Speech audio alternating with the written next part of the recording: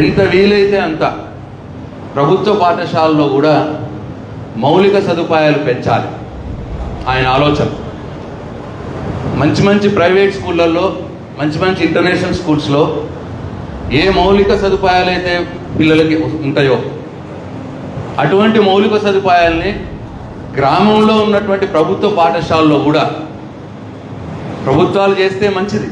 ఒకవేళ ప్రభుత్వాలు చేయకపోతే నా తరఫున నేనైనా ప్రయత్నం చేయాలి అని చెప్పి దయానంద్ రెడ్డి గారు ఆలోచన చేసి ఇవాళ నిజామాబాద్ జిల్లాలో కోట్లాది రూపాయల మౌలిక సదుపాయాలు ఆయన ఉచితంగా చాలా స్కూల్స్కు పంపించడం జరిగింది.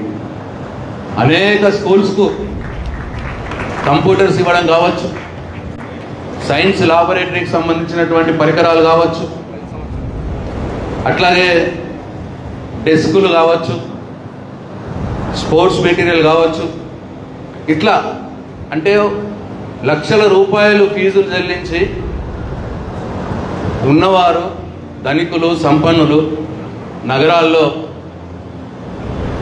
ప్రైవేట్ స్కూళ్ళల్లో చదివితే ఏ సదుపాయాలు అయితే వాళ్ళు లక్షల రూపాయలు చెల్లించే వాళ్ళకి అందుతాయో ప్రైవేట్ స్కూళ్ళల్లో, ఆ సదుపాయాలు ఉచితంగా చదువుతున్నటువంటి గవర్నమెంట్ స్కూళ్ళల్లో చదువుతున్నటువంటి పేద గ్రామీణ విద్యార్థులకు అందాలి అని చెప్పి ఒక గొప్ప సంకల్పంతో ఇవాళ దయానంద్ రెడ్డి గారి మహోన్నత కార్యక్రమాన్ని తీసుకున్నారు. అయితే ఆయన చాలా సంవత్సరాల నుంచి పని చేస్తూ ఉన్నాడు, కానీ ఎప్పుడు కూడా ఆయన చెప్పుకోలే, బయటకి ఎన్నడూ కూడా ప్రచారం చేసుకోలే.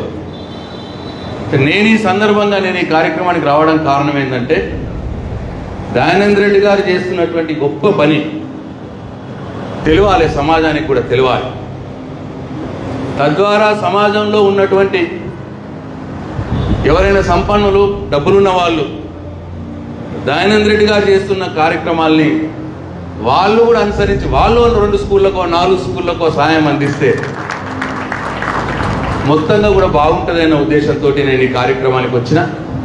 నేను రావడం వల్ల దయానంద్ రెడ్డి గారు చేస్తున్నటువంటి ఈ గుప్త దానాలు, ఈ కార్యక్రమం, ఈ స్పిరిట్ ఆఫ్ ఈ ప్రోగ్రామ్, అంటే ఈ కార్యక్రమం వెనకాల ఆయన చేస్తున్న ఈ పనుల వెనకాల ఉన్న విషయం అందరికీ తెలియాలి అన్న ఉద్దేశంతో నేను ఈ కార్యక్రమానికి రావడం జరిగింది.